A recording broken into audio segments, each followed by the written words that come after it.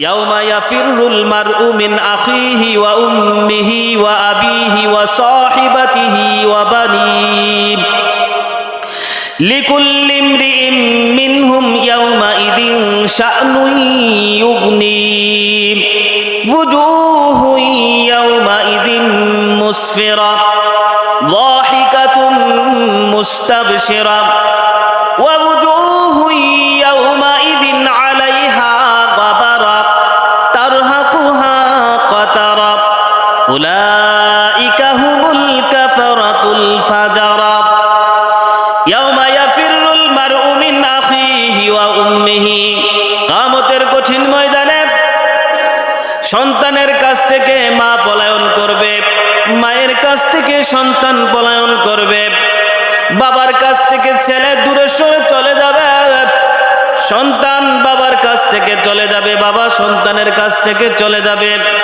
ওয়া সাহিবাতিহি বন্ধু বন্ধুর কাছ থেকে দূরে সরে চলে যাবে, পলায়ন করবে, ভাই ভাইয়ের কাছ থেকে পলায়ন করবে, কেউ কাউকে পরিচয় দিবে না, না জানি পরিচয় দিলে একটা নেকি চেয়ে বসে, না জানি পরিচয় দিলে কোন বিপদে পড়ে যায়, এই জন্য কেউ কারো পরিচয় দিবে না। দুনিয়ার মধ্যে বিপদে পড়লে ভাই বারাদর মা বাবা আত্মীয় স্বজন উদ্ধার করতে যায়, কিন্তু কবরের মধ্যে বিপদে পড়ে থাকবো, কেউ উদ্ধার করার জন্য আগে আসবে না, সম্ভব না। কিয়ামতের ময়দানে সামনে থাকলেও কেউ পরিচয় দিবে না, সবাই পলায়ন করবে। কার জন্য আপনি দুনিয়াতে এইভাবে আল্লাহকে ভুলে গিয়ে কার উপকারের জন্য আপনার জীবনটাকে আপনি বরবাদ করে দিয়েছেন? জিজ্ঞাসা করা হয়, হে মুসলমান, হে নবীর উম্মত, আল্লাহর বান্দা আব্দুর রহমান, তুমি কেন নামাজ পড়ো না, কেন নামাজে আসলা না? বলে, হুজুর দোকানটা বন্ধ করতে যাইয়া দেরি হয়ে গেছে, নামাজটা পড়তে পারি নাই। হুজুর ক্ষেত পাথরে কাজ করি, নামাজ ঠিক মতো পড়তে পারি না। হুজুর এমন একটা চাকরি করি যে চাকরি করার কারণে ঠিক মতো নামাজ পড়তে পারি না। ভাইরা আমার, এগুলো আপনি কার জন্য করেন?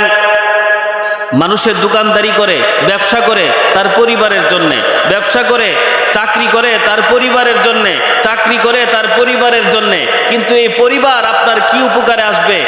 কবরের মধ্যে এই পরিবার আপনার কি উপকারে আসবে? আপনি যদি আজকে মরে যান, কেউ না খেয়ে থাকবে না। আজকে আপনি মরে গেলেন, পাশের বাড়ি থেকে খানা আসলো, ওই খানা আপনার স্ত্রী খাবে, আপনার সন্তানেরাও খাবে, কেউ আপনার জন্য উপাস থাকবে না। একদিন, দুই দিন, তিন দিন, এইভাবে অল্প কিছুদিন পরে আপনাকে ভুলে যাবে।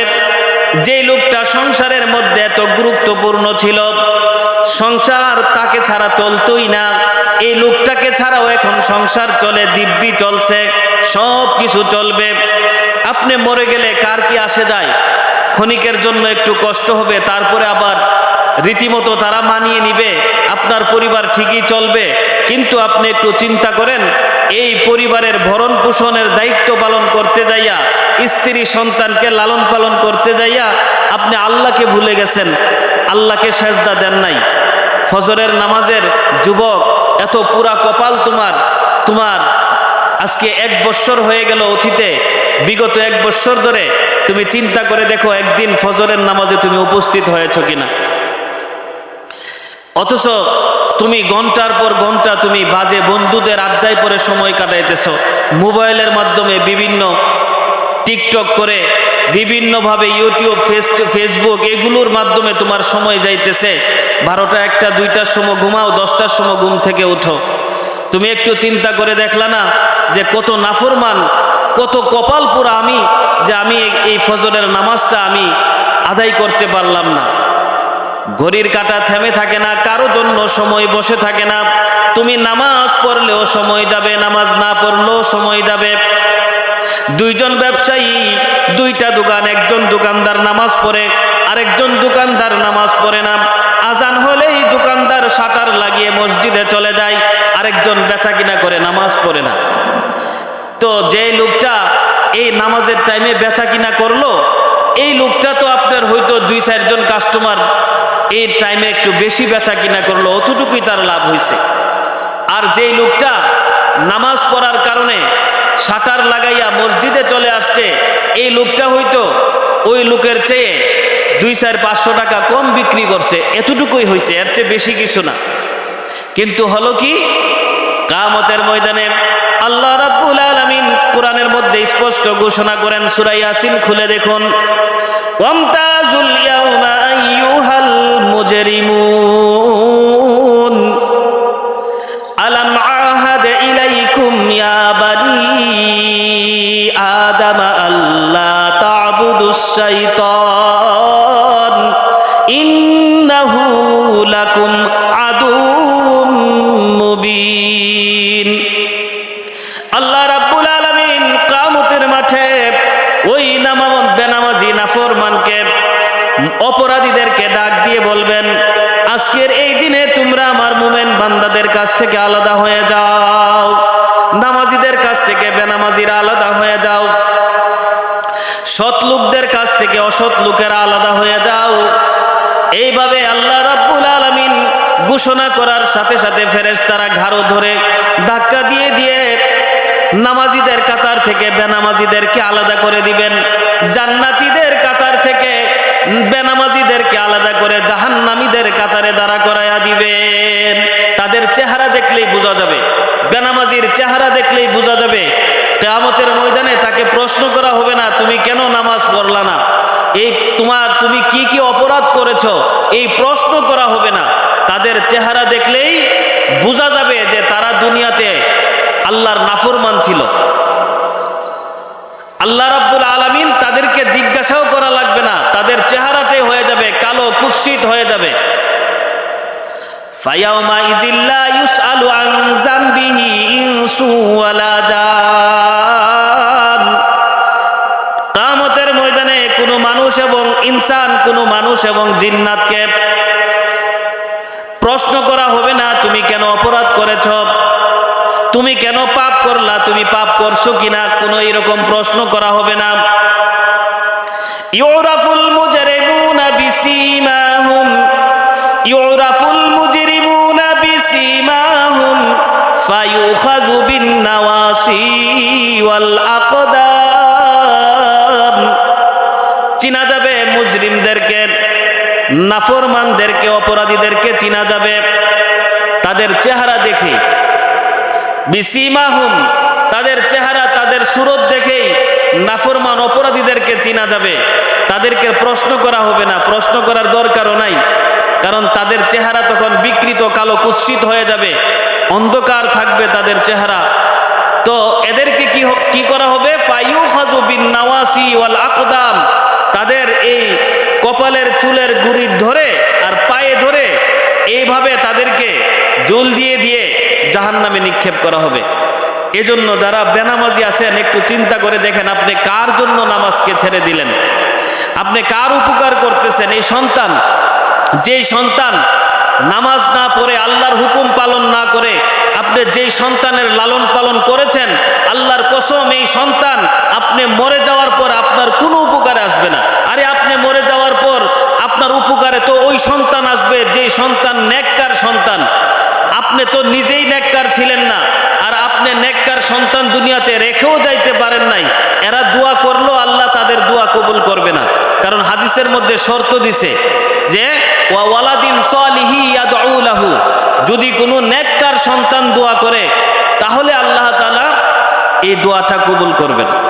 কিন্তু এখানে যে সন্তান রেখে গেছেন, আপনি নিজেও নামাজ পড়েন না, আপনার সন্তানও নামাজ পড়ে না, এই বেনামাজি সন্তান রেখে গেছেন, যেই সন্তান কোরআন পড়তে পারে না, যেই সন্তান আপনি রেখে গেছেন, এই সন্তান আপনি মরে যাওয়ার পর আপনার জানাজার নামাজটাও পড়তে পারে না। মসজিদের ইমাম সাহেবকে যায় ডাকে, হুজুর আসেন আমার আব্বার জানাজার নামাজ পড়ায়া দেন। কেন রে বাবা, তোমার বাবার জানাজার নামাজটা তুমি কেন পড়াইতে পারলা না? এইটা তো অনেক কঠিন কিছু না। কো হুজুর আমার দাড়ি নাই, আমার টুপি নাই, আমি ঠিক মতো প্রস্রাব কইরা পানি লই না, আমার শরীরও পাক নাই। কেন তোমার শরীর পাক থাকবে না? শরম করে না? অনেককে জিজ্ঞাসা করলে যে নামাজ আসেন, কো যে আমার পোশাকটা নাপাক। হ্যাঁ, এই বলদ এত বড় হইছে এখনো নাপাক থাকে, এখনো কাপড় চুপড়ও মুইত্যা দেয়। হ্যাঁ, এখনো কাপড় চুপড় নাপাক করে দুনিয়াতে চলাফেরা করে। আপনার দাড়ি নাই কেন? কেন আপনি জানাজার নামাজ পড়াইতে পারবেন না? কো আমার তো দাড়ি নাই। কেউ দাড়ি নাই কেন? আপনি কি মহিলা? আপনার কি দাড়ি উঠে নাই? আপনার দাড়ি আপনি রাখেন না কেন? আর দাড়ি রাখলে সমস্যাটা কোথায়? দাড়ি রাখলে কি সমস্যা? হ্যাঁ, যুবক দাড়ি রাখে না, যদি দাড়ি রাখে তাইলে আবার মেয়ে তাকে ভালোবাসবে না। আরে যুবক শুনো, যেই মেয়ে তোমাকে দাড়ি রাখার কারণে ভালোবাসে না, এই মেয়েটা তো দিনদার না, পরহেজগার না, এই মেয়েটা তো আল্লাহওয়ালি না। আর তুমি এরকম একটা বদ্দিন, হ্যাঁ, একটা আল্লাহর নাফরমান এরকম একটা মেয়েকে ভালোবাসো, যেই মেয়েটা তোমাকে ছাড়া আরো 4-5টা ছেলের সাথে সে মোবাইলে কথা কয়, সে এইভাবে তার আরো লাইনের অভাব নাই। তুমি এই মেয়েটার কারণে তুমি দাড়ি রাখো না। কোনো স্ত্রী যদি বলে স্বামীকে যে আপনি দাড়ি রাখলে আপনাকে ভালো লাগে না, দাড়ি শেভ করেন, দাড়ি ভাল লাগে না, তো আপনি স্বামী কেন বলেন না যে তোমার চুল দিও আমার ভাল লাগে না, তুমিও মাথা কামাইলাও? আল্লাহর দেওয়া সুন্নত। আচ্ছা, আমরা যে দাড়ি রাখছি, আমাদের যে দাড়ি আছে, আমরা যে পাগড়ি পরি, টুপি পরি, তা এর জন্য কি আমাদের স্ত্রী চলে গেছে? হ্যাঁ, এই হুজুরের স্ত্রী কি চলে গেছে? না আমরাও জিন্দেগি যাপন করতেছি, আমরাও বিয়ে শাদী করছি। অথচ দেখেন, আপনার সুরত ধারণ করা এটা আমার জন্যে, আপনার এই যে প্যান্ট পরছেন, এই জিন্সের প্যান্ট পরা, এই যে একটা টেডি গেঞ্জি পরছেন, এই টেডি গেঞ্জি পরা, জিন্সের প্যান্ট পরা আর প্লেন শেভ করা, আপনার সুরত ধারণ করতে আমার 5 থেকে 10 মিনিট সময় লাগবে।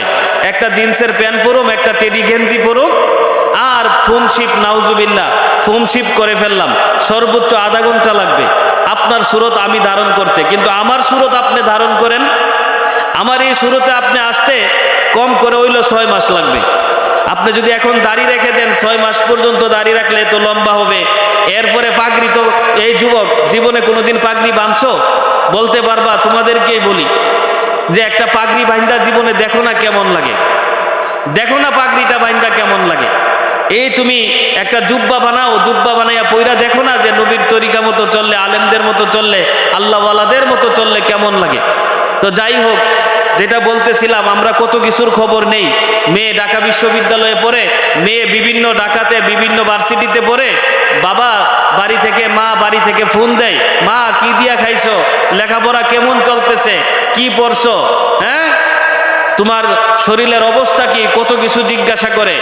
কিন্তু মা জিজ্ঞাসা করলো না, মাগো ও মা ফজরের নামাজ তুমি পড়ছো কিনা, মাগো রমজান মাস মা তুমি রোজা রাখছো কিনা,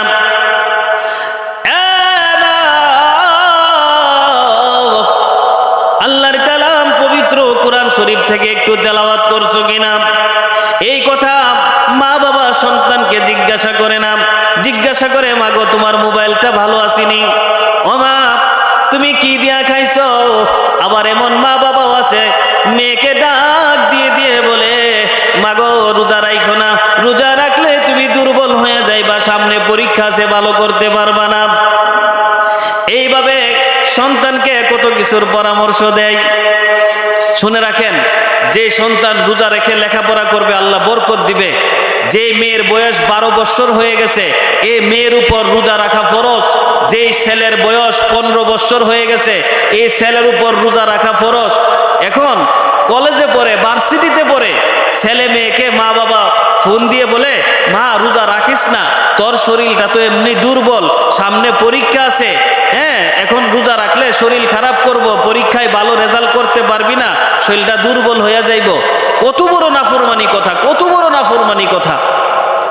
হ্যাঁ, আপনি বাবা হয়ে, মা হয়ে কিভাবে এই কথাটা বলতে পারেন? আপনি তাদেরকে আরো উৎসাহিত করবেন।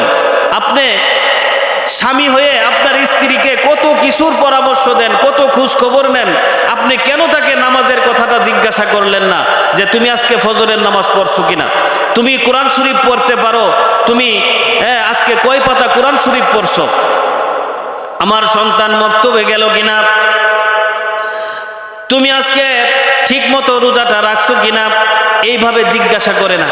কত কিছুর খবর নেই, কি দিয়া খাইছো, তরকারিতে লবণ কম হইছে না বেশি হইছে, হ্যাঁ গরুর গোস্ত রাঁধছো না মুরগির গোস্ত, আলু দিছো না আলু ছাড়া, কত কিছু জিজ্ঞাসা করে।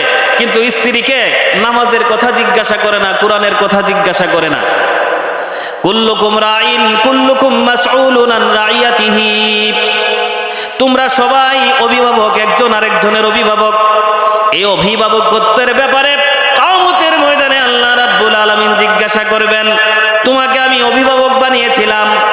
সংসারের অভিভাবক ছিলা তুমি, কর্তা ছিলা তুমি, তোমার অধীনে থাকা অবস্থায় তোমার স্ত্রী বেপরদায় চলতো, তোমার স্ত্রী বেসরাভাবে চলাফেরা করতো, তুমি তাকে বাধা দেও নাই। তোমার ছেলে নামাজ পড়ে নাই, তোমার ছেলে রোজা রাখে নাই, তুমি তাকে রোজা রাখার জন্য, নামাজ পড়ার জন্য বলো নাই। তোমার মেয়ে বেপরদা হয়ে ঘর থেকে বের হয়ে গেল তোমার চোখের সামনে, তুমি তাকে কেন বাধা দিলা না? এই জন্য কিয়ামতের ময়দানে আল্লাহ রাব্বুল আলামিন জিজ্ঞাসা করবে, তুমি অভিভাবক ছিলা, তুমি কেন পরিপূর্ণ দায়িত্ব পালন করলা না? আজকে কিছু মুসল্লি আছে, আমার কিছু মুসল্লি ফজরের নামাজে আসে, চুরের মতন ঘর থেকে বাইর হয়ে আসে, চুরের মতো আস্তে করে দরজাটা লাগাইয়া, আবার কারো যেন ঘুম ডিস্টার্ব না হয়ে যায়, উনি ফজর নামাজে মাশাআল্লাহ আজানের আগেই চলে আইছে, আইসা প্রথম কাতারে বৈশা সুন্নত পড়ছে, তসবিহ জপতাছে। ওই দিক দিয়ে ওনার স্ত্রী নাক ডাইকা ঘুমা, ওনার ছেলে নাক ডাইকা ঘুমাইতেছে, ওনার মেয়ে নাক ডাইকা ঘুমা, ওনার পুত্রবধূ নাক ডাইকা ঘুমা। এদেরকে উনি জাগ্রতও করে আসে নাই, একদিনও বলে নাই যে আমি মসজিদে যাই, তোমরা উঠো ফজরের নামাজ পড়ো, বলে না। আপনি কোন মুসল্লি? আপনি মনে করছেন আপনি এইভাবে ইবাদত করে আপনি জান্নাতে চলে যাবেন? না, কখনো সম্ভব নাই, কখনো সম্ভব নয়। আপনি একা একা এইভাবে ইবাদত করে জান্নাতে যাইতে পারবেন না। আল্লাহ রাব্বুল আলামিন বলেন, কু আনফুসাকুম ওয়া আহলিকুম নারা, তুমি নিজে জাহান্নামের আগুন থেকে বাঁচো, তোমার পরিবারকেও জাহান্নামের আগুন থেকে বাঁচাও। এইভাবে তুমি একা একা জান্নাতে যাওয়ার জন্য তুমি সিদ্ধান্ত নিলা, তোমার পরিবার জাহান্নামে যাবে আর তুমি জান্নাতে যাবে, এটা হইতে পারে না। কিয়ামতের ময়দানে তারা তোমার বিরুদ্ধে নালিশ করবে। ফজরের সময় উনি একা একা চোরের মতো মসজিদে চলে যাইতো, আমাদেরকে জাগ্রত করতো না, তখন তুমি কি জবাব দিবা? এইভাবে একা একা আমল করে জান্নাতে যাওয়া যাবে না, পরিবারের সবাইকে নিয়ে আমল করতে হবে। তারা আমল করুক বা না করুক, তাদেরকে আমলের জন্য বলতে হবে, দিনের পথে চলার জন্য বারবার তাদেরকে দাওয়াত করতে হবে। আল্লাহর ওলি সারাদিন রোজা রেখে নামাজ পড়ে ঘরের দরজা লাগাইয়া, ফাইসালা হলো, আল্লাহর সিদ্ধান্ত হলো ওই এলাকার মধ্যে গজব দিবে। ফেরেশতারা এসে দেখে ওই এলাকায় এমন একজন আল্লাহর ওলি আছে, আল্লাহর আবেদ বান্দা আছে, যে বান্দা সব সময় ইবাদতের মধ্যে তার সময় অতিবাহিত হয়। ডাক দিয়ে বলে, মাবুদ তুমি এমন এক এলাকার মধ্যে গজব দেওয়ার সিদ্ধান্ত নিলে, যেই এলাকার মধ্যে তোমার এমন একজন প্রিয় বান্দা আছে, যে বান্দা রোজা রাখা অবস্থায় নামাজে দাঁড়ায় আছে। আল্লাহ, এমন একজন প্রিয় তোমার খালেস বান্দা থাকতে, এমন একজন আবেদ আল্লাহর ওলি থাকতে, তুমি কি ওই এলাকার মধ্যে গজবের সিদ্ধান্ত দিবা, গজব দিবা? আল্লাহ রাব্বুল আলামিন ফেরেশতাদেরকে ডাক দিয়ে বলে, ফেরেশতারা রে, তার বাড়ি থেকে গজব শুরু করে দাও, শুরু করে দাও এই আবেদের বাড়ি থেকে, কারণ সে নিজে নিজে ইবাদত করতো, কাউকে বলতো না। এই জন্যে আমরা সকলেই আমরা নিজে জাহান্নামের আগুন থেকে বাঁচার চেষ্টা করব, আমাদের পরিবারের সবাইকেই জাহান্নামের আগুন থেকে বাঁচানোর চেষ্টা করব।